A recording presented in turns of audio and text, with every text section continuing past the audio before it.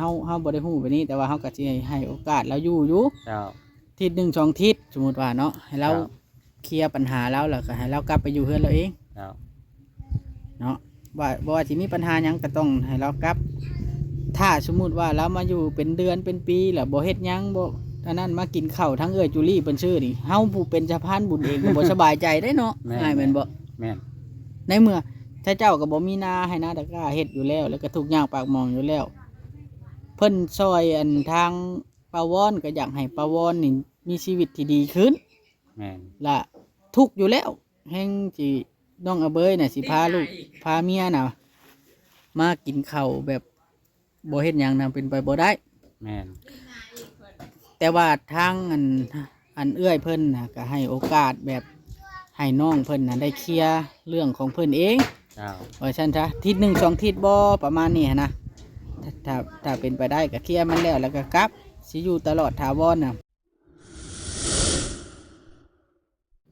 ฝากติดตามเบาโอลิแหน่เด้อพี่น้องเบิดสุปูสุคนกราบสบายดีเด้อพี่น้องทักทายสบายดีพี่น้องเบิดสุปูสุคนเบิดสุหม่องสุบอนพี่น้องเนาะมื้อนี้อยู่กับเบาโอลิพี่น้องเนาะเบาโอลิชาแนลคือเก่าพี่น้องหัวหยองเบิดล่ะพี่น้องหนาวอากาศมื้อนี้นะมื้อนี้เฮาก็เข้ามาหาป้าวอนว่าสิมาหาพ่อลุงเนาะคุยของเรื่องของอาเบยเฮาก็บ่ได้นั่นได้พี่น้องเอ้ยเนาะเฮาก็บ่อยากให้มันดราม่านะเฮาก็ถ่ายอาเบยเฮาก็บ่ได้พาดพิงผู้นั้นผู้นี้ว่าซั่นซะเรื่องของเรื่องก็คือมีแต่ว่าเฮาก็ปล่อยให้ผู้หลักผู้ใหญ่ทางเพิ่นหรือว่าทางทีมงานนายอ้ายของเพิ่นผู้ที่เป็นประเด็นนั้นแก้ไขกันเองเนาะเฮาก็สิบ่ได้ถามสืบสาวเล่าเรื่องอีหยังเพราะว่าเรื่องมันเกิดกับถ้าเพิ่นให้เพิ่นแก้กันเองเนาะแต่ละคนก็หวังดีกับอาเบยทั้งนั้นแต่ก่อนเพิ่นก็ซอยจนได้เฮือนได้ชานเฮาผู้คนนอกแล้วเฮาบ่ได้ฮู้อีหยังมากมายแล้วเฮาไปเจาะจิ้มร้ายนะมันก็มีกระแสดราม่าแล้วก็มันบ่เป็นผลดีต่อเฮาเองแล้วก็ต่อทั้งเบิดนั่นล่ะพี่น้องเนาะอันนี้ก็เฮาถ้าตัวใดที่มันผิดพลาดแล้วเฮาก็ขอโทษขออภัยนำ FC เบิดสุผู้สุคนเนาะขออภัยนำทีมงานเบิดสุผู้สุคนว่าฉันซะเบาอีหลีนะบ่ได้มีเจตนาสิดราม่าอิหยังเนาะฮะจังใดก็มื้อนี้เบาอีหลีเนี่ยสิบ่นั่นเนาะพี่น้องเนาะมื้อนี้ก็เฮาสิมาถามไอ้นายเกี่ยวกับเพื่อนกับซานตัวนี้เนาะพี่น้องเพราะว่าเฮือนหลังนี้นี่ทางด้านเอื้อจุลี่เพิ่นน่ะเฮ็ดแล้วล่ะสมมุติว่าในอนาคตเบิดบุญพ่อบุญแม่ก็คือไอ้นายต้องเป็นผู้สืบทอดหรือว่าสืบกรรมสิทธิ์เพียงผู้เดียวว่าซั่นซะเพราะว่าเพียงผู้เดียวก็คือแบบว่าบ่มีไผที่สามารถแย่งเอาลำลาได้นะครับก็สิมาถามตัวนั้นแล้วก็สิมาฝากฟังเรื่องน้องอาเบยน้ำแน่เพราะว่าน้องอาเบยนั่นเรามาอยู่น้ำแล้วก็ให้เราที่พักอาศัยเราประมาณที่1-2 ทิศน่ะได้อยู่ทางเอื้อจุลี่ว่าเนาะเพราะว่าทางเฮามาช่วยปาวอนก็อยากให้ชีวิตเราดีขึ้นถ้าน้องอาเบยนี่มาอยู่ซื่อๆบ่เฮ็ดเวียกเฮ็ดงานหยังมาอยู่นอนกินข้าวนี่ก็ทางเอื้อยเพิ่นก็อยากนักใจอยู่ได้พี่น้อยเนาะคันบ่มีคันสมมุติว่าบ่หาวิธีแก้และบ่เผชิญหน้ากับหยังเนาะไอ้นายนั่งไปถ่ายไอ้นายโอ้ยสบายดีอ้ายสบายดีอย่าปุ๊บกล้องเลยอายกล้องวะเจ้าเอ้ยถ้าพ่อไปใช้นี่นะพ่อเพิ่นเข้าในเมืองพาป้าเข้าในเมืองโดยพี่น้องทางไอ้นายเนาะบ่ FC บ่เห็นหน้าเห็นตาแบบชัดเจนจักเทื่อเนาะแล้วทางไอ้นายนี่แต่ละมื้อนี่จะเฮ็ดหยังไงนายเฮ็ดเอาน้องเอานุ่งเอาหลานแล้วก็เฮ็ดเวียกประจ๊อบประแจ๊บไปเจ้าบ่ซักเสื้อซักผ้าให้ทำไมเขาน้อยและสักเจ้าโอ้เก่งเนาะถือว่าเก่งกับเป็นผู้ชายยังเฮ็ดได้นะ มันบ่มีผู้หญิงเด้อยู่เฮือนเอาเดี๋ยวเฮาสิฝากอันเรื่องอาเบยนำว่าเราน่ะมาอยู่แบบนี้ก็คือเพื่อนน้อยก็บ่ฟ้าวมากเนาะตามที่เอื้อยเพิ่นบอกเอื้อยผู้เรียนบ่ฟ้าวมากถ้าให้อาเบยอยู่ก่อนประมาณสมมุติว่าทิศ1-2 ทิศน่ะเราอยู่เนาะถามเราแก้ปัญหาเราได้เฮาเองนี่ครับบ่เข้าไปยุ่งอยู่แล้วเรื่องปัญหาของเรา เพราะว่าเฮาบ่ฮู้เรื่องเนาะว่า เจ้า ว่าหมู่คิดหยังมาแน่ แม่น เจ้าก็บ่ฮู้แม่นบ่ ๆก็บ่ฮู้แท้ตัวนี้ก็บ่เข้าไป บ่เข้าไปยุ่งนะ อีก แต่ว่าในเมื่ออันเฮาบ่ได้ฮู้แบบนี้ แต่ว่าเฮาก็สิให้โอกาสเราอยู่ เจ้า ทิศหนึ่งสองทิศสมมุติว่าเนาะให้เรา ครับ เคลียร์ปัญหาแล้วก็ให้เรากลับไปอยู่เฮือนเราเอง เจ้า เนาะว่าบ่ว่าสิมีปัญหาหยังก็ต้องให้เรากลับ ถ้าสมมุติว่าเรามาอยู่เป็นเดือนเป็นปีแล้วบ่เฮ็ดหยังบ่อันนั้นมากินข้าวทั้งเอื้อยจุลี่เพิ่นชื่อนี่เฮาผู้เป็นสะพานบุญเองก็บ่สบายใจได้เนาะง่ายแม่นบ่ แม่น ในเมื่อถ้าเจ้าก็บ่มีนาให้นาตะกร้าเฮ็ดอยู่แล้ว แล้วก็ทุกอย่างปากหมองอยู่แล้ว เพิ่นซอยอันทางปาวอนก็อยากให้ปาวอนนี่มีชีวิตที่ดีขึ้น แม่น ละทุกข์อยู่แล้วแห่งสิน้องอเบยน่ะสิพาลูกพาเมียน่ะมากินข้าวแบบบ่เฮ็ดหยังน่ะเป็นไปบ่ได้ แม่น แต่ว่าทางอันเอื้อยเพิ่นน่ะก็ให้โอกาสแบบ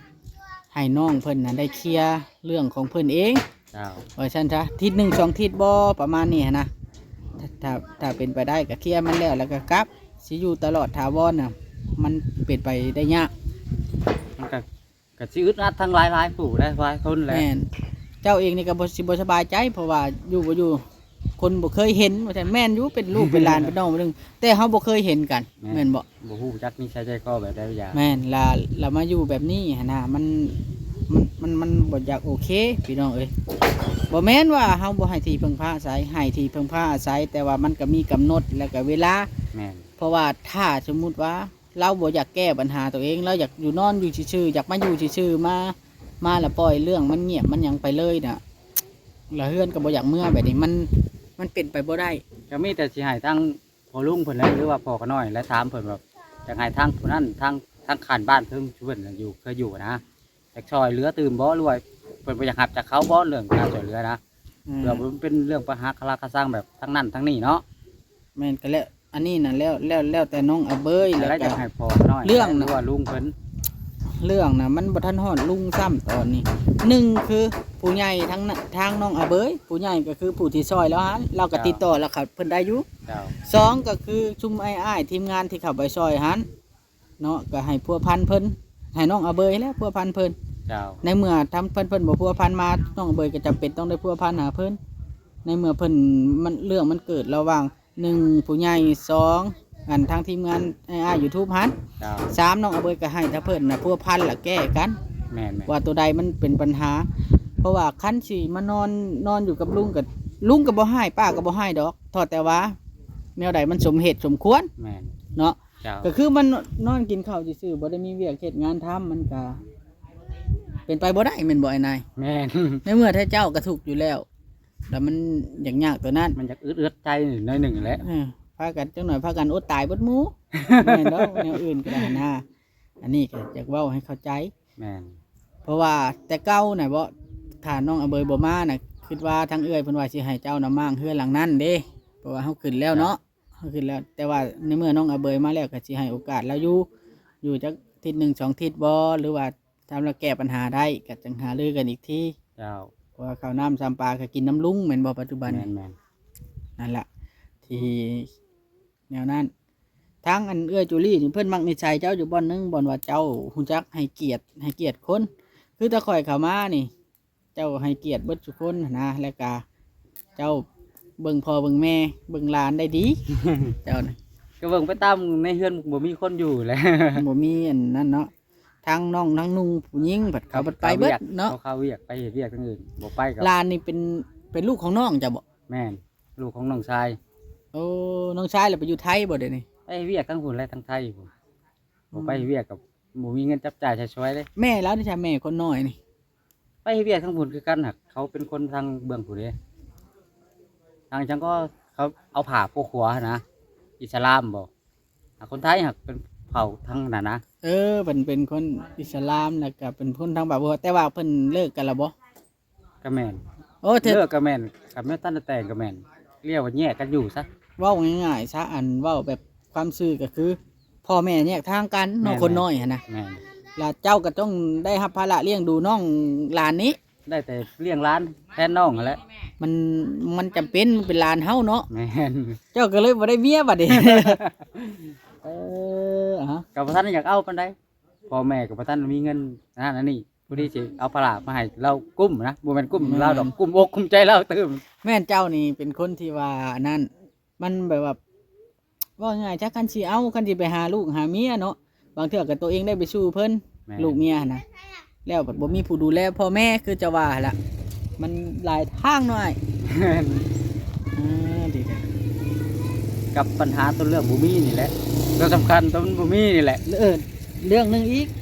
สมมุติว่าเนาะสมมุติว่าทางผู้รักผู้ใหญ่เพิ่นน่ะอยากให้ย้ายมาอยู่พี่ชัมมโนตัวเลขหั้นนะเป็นไปได้บ่ถ้าเจ้ายินดีอยู่บ่แบบน่ะเพราะว่าทางด้านอันพ่อบ้านเนาะเพิ่นก็อยากให้ท่าเจ้าน่ะย้ายมาเพราะว่ามันต้องอยู่คุ้มครองเด้เพิ่นเว้าหั่นนะ แม่น แต่ว่าก็หารือกันอีกทีนึงตัวนี้ก็ได้ เพราะว่าเพิ่นนะคือแม่ตู้เพิ่นก็ป่วยแบบนี้นะ เจ้า เห็นบ่ตอนนัดป่วยแห้งก็ได้กลับแมันบ่เนาะ เลยกลับ มันตามที่ตามคล้องเพิ่นเด้ มันยากน้ำสมโนตัวเลขแหละยังอยู่ในกลุ่มบ้านอื่น เราเลยต้องได้เฮ็ดตามขั้นตอนนะเพราะว่าอยู่ไสก็อยู่ได้อยู่แต่ว่าเพิ่นบัดบ่ได้คุ้มครองเด้อยู่บ้านนี่ แม่น เฮ็ดน้ำบ้านน้ำเมืองกับมันบ่เต็มที่เฮาบ่ได้อยู่บ้านนี้ เพราะยังบ่ทันเป็นลูกบ้านทั้งเพิ่นเด้ เนาะ ผู้อาศัยซื่อ ต้องเข้าใจเพิ่นก็กังวลใจตัวนี้นะทางการจัดตั้งเพิ่นได้ยินพ่อบ้านว่าวานชื่นนั่นมือขึ้นเฮือน ๆเจ้า เพิ่นเล่าสู่ฟังอยู่แล้วสมมุติว่าทางผู้รักผู้ใหญ่เพิ่นออกค่าใช้จ่ายให้ใบยกย้าย เจ้า ค่าสำมนอกมโนให้ก็อยากให้ย้ายมาแล้วแต่ว่าก็ฟังเบิ่งก่อนปรึกษาผู้ใหญ่อีกทีแล้วก็ถามพ่อลุงเบิ่งอีกก่อนเนาะ เจ้า เจ้าน่ะยังว่าดอกแล้วแต่พ่อดอกเจ้าเนาะ แล้วแต่พ่อกับแม่แหละ เพิ่นพาอยู่ไสก็อยู่แล้วติ เพิ่นฟ้าอยู่ทางใดก็ไปอยู่นำนั่นแหละ เออโดยติดตามเรื่องเฮือเรื่องซ่านนี่ก็คือตามที่ค่อยบอกหั่นละสิบ่มีหนังแสนหนังสือก็ตาม แต่ว่าเพิ่นได้เว้าไว้แบบนี้ก็คือ เจ้าผู้เป็นผู้เบิ่งพ่อเบิ่งแม่มันก็สิ้นชุดกับเจ้าเฮือนชาลานแป้นน่ะนะบ่อยากคือว่าแหละลูกแล้วก็2-3คน เจ้า เว้าไว้เนาะมัน เจ้าเจ้า อนาคตบ่แน่หั้นนะ อนาค แต่ ต ละ บ่ คน แน่นอนเนาะ บ่แน่นอนได้ เจ้า ไอ้บ่ให้กันมื้อนี้มื้อหน้าให้กันก็มีคนให้กันมื้อนี้มื้อหน้าดีกันก็มี นั่นนะ เจ้า ก็เลยเพิ่นเลยอยากให้เว้าไว้ในตัวนี้ ครับ เด้อ เจ้า นายเอาจะได้ให้เจ้าขอบใจเอื้อจุลี่แน่ขอบุญขอบคุณเพิ่นแน่จักเทื่อ เจ้าสวัสดีขอขอบมุกขอบใจเอื้อจิรกจุลีที่ว่ามอบเพื่อนมอบซ่านให้พ่อแม่เขาน้อยอยู่ทั้งที่ว่า บ่ได้ ห รู้ น้า จัก ตา กัน ยังบ่ได้ฮู้จักหน้าฮู้จักตาฮู้แม้กระทั่งนิสัยใจคอเนาะ เออ ของพ่อแม่เขาน้อยกับ ดีใจบ่ โอ้บ่เว้าซะคำว่าดีใจจน เลย ปลื้มนะเด่นฮะก็ว่าปลื้มเลยนะ เลยเอาขอบใจไอ้นายที่มาเข้าคลิปให้มีแต่ว่า เจ้า ชำนั้นละ เจ้า เป็นจากลูกแล่นละเจ้าชำนี้ก็ได้ เอาขอบใจไอ้นายเอาสบายดี สบายดี โอ้ อ้ายกล้องแล้ว วัยรุ่นนายนี่อยากลูกแล่แล้วชำนี้เวลาพี่น้องเลยเนาะทางด้านไอ้นาย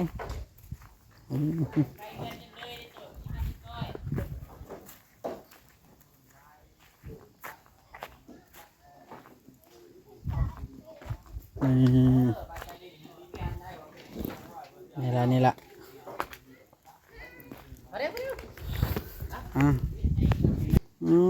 เอาสบายดีปะวอนสบายดีเด้อสาวใจบ่ได้แบกคุดกระปูตี้มื้อนี่ สบายดี ครับพอลุงไปใช้มื้อนี้ฮะ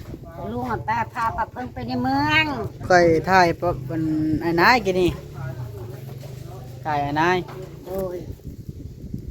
ถ่ายไอ้นายเราจากลูกแล่นแล้ว มีแต่ว่าก่อยสิว่าจังซี่เด้อเรื่อง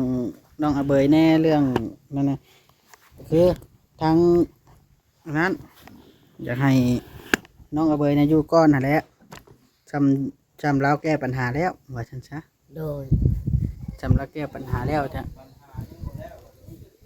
จังว่าให้เราแก้ปัญหาแล้วล่ะจะให้เรากลับ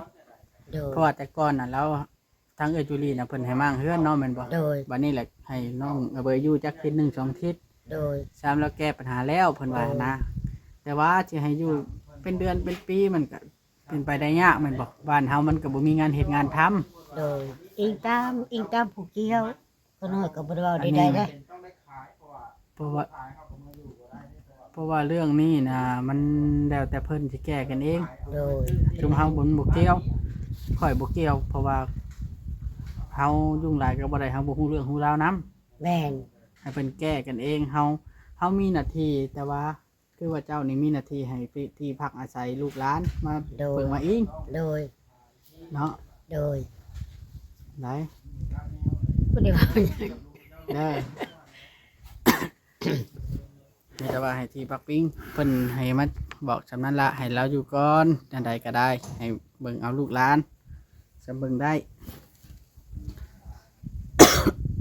ข่อยเป็นหวัดแหละสิเป็นไข้บ่จ๊ะข่อยก็ได้ ใครก็ล่มแล้ว โควิด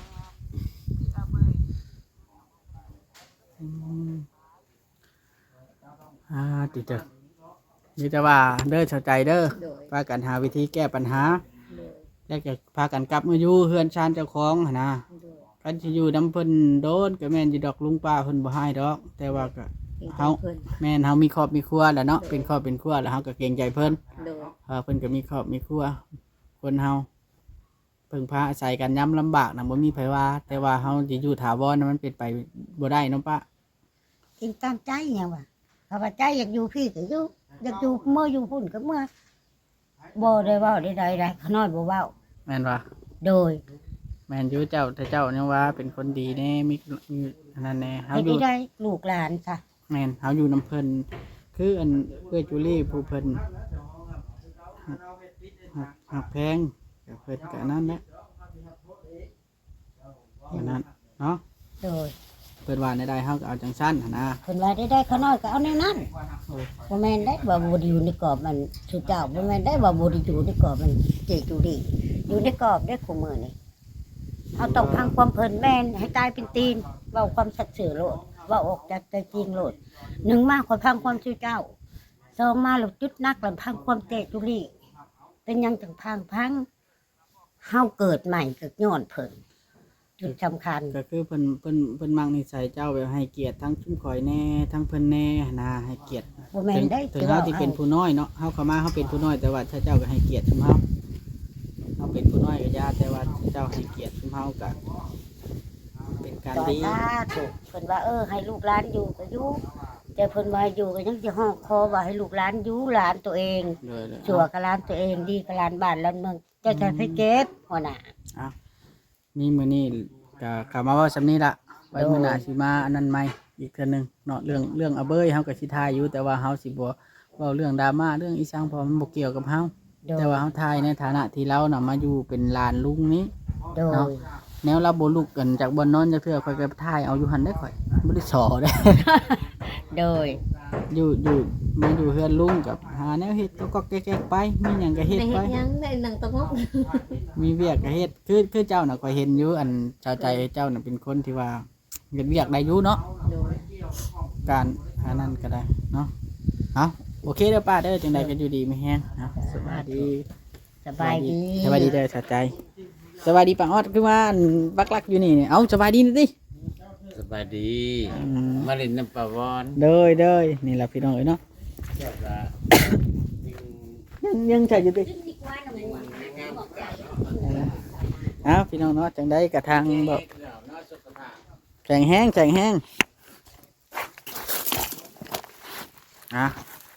นี่แหละพี่น้องเอ๋ยเนาะเบาลี่นะครับอันนั้นเนาะยังอยู่เพื่อนประบอนนี่แหละนี่แต่ว่าจบคลิปนี้เบาลี่สิไปอัปเดตป้าแต้วเนาะพี่น้องป้าแต้วได้เครื่องของมาลายแล้วเบาลี่สิโปรต้องคอยยุ่งกับเรื่องดราม่าเด้อบ่นี่พี่น้องเอ๋ยเนาะถ่ายก็ถ่ายในก็จดกระแจดไปเรื่องช่วยเหลือเขาก็ช่วยเหลือไป เพราะว่าเฮาบ่อยากก้าวก่ายเรื่องที่ว่าถ้าเพิ่นมีปัญหากันอย่ามันบ่เกี่ยวกับเฮาอ่ะนะมันบ่เกี่ยวกับเฮาแล้วก็เฮาก็ฮักแพงกันดีกับทีมงานสุไม้อ้ายเฮาก็เห็นก็ทักทายยกมือสบายดีกันเฮาจังใดก็เฮาก็จังนั้นเฮาสิบ่อันนั้นเฮาสิบ่เว้าอีหยังหลายเพราะว่าเฮาก็บ่ได้ฮู้นิสัยของอำเบยอย่างที่แท้จริงท่องแท้เฮาเว้าไปหลายก็บ่ได้คือว่าให้ FC ต้องเบิ่งพิจารณานำกันเนาะว่าไผดีไผบ่ดีเนาะ พฤติกรรมอาเบยที่ผ่านมาเฮาก็เห็นแล้วว่าเราก็บ่ธรรมดาละไปอันเบาหลีบ่ได้แม่นว่าเขาข้ามคนนั้นคนนี้เนาะเรื่องนั้นมันบ่เกี่ยวกับเฮาเนาะโอเคพี่น้องสำหรับคลิปนี้สิได้ขอโตวก่อนพี่น้องเลยเนาะฝากกดไลค์กดติดตามให้เด้อพี่น้องถ้าผิดพลาดประการใดถ้าเบาหลีเว้าผิดพลาดนะพลาดพิงถึงบุคคลใดก็ตามเบาหลีขอโทษขออภัยไว้ณที่นี้เด้อสบายดี